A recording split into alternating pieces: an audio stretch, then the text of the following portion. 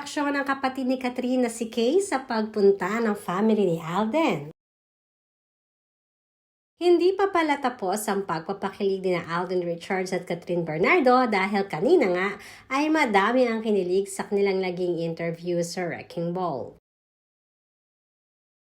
Kung saan ay nagbigay sila ng kanilang rating para sa kanilang sense of smell. Kinalig ang napakarami dahil sa halos lahat ng kanilang inamoy ay parehas sila ni Alden ng mga kasagutan. Samantalang usap-usapan din sa social media ang planong pagdalaw ng pamilya Fulkerson sa mansyon ng mga Bernardo.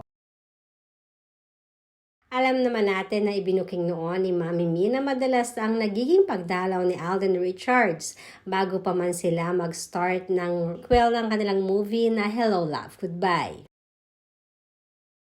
At mapapansin din na sa lahat ng kanilang intimate na gatherings ay present si Alden Richards. Isa sa mga kapatid ni Katrina si Kay ay sinasabing mahirap i-please ngayon dahil sa mga naging pinagdaanan ni Catherine sa kanyang love life nitong mga nakaraan.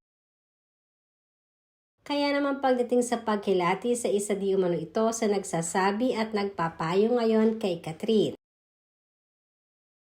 Napaka-consistent naman di umano nitong si Alden Richards sa lahat ng bagay. Kaya naman super happy ang mga siblings ni Catherine, hindi lamang si Kay.